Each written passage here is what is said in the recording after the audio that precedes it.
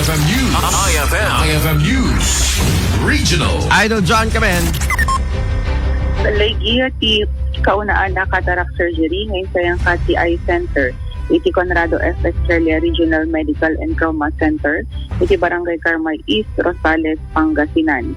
Formal analokatan na tinaso pasilidad ita bulan ngay sumete na ti pagpanakkel dagiti kaadwan na tasidadaan da amang sedati libre serbisyo medikal. Umabot ti 18 pasyente ti Balagi Dimalan ti kaunaan nga operasyon ni ti katarata.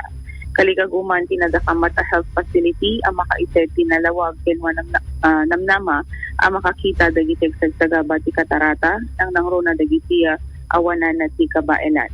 Kabayatan na dagiti serbisyo ang mabalingay ability eye center, iti comprehensive eye check-up, ishihara test for blindness, screening iti cataract, glaucoma, diabetic retinopathy, and age-related macular degeneration, optical coherence tomography, perimetry, B-scan, ken biometry.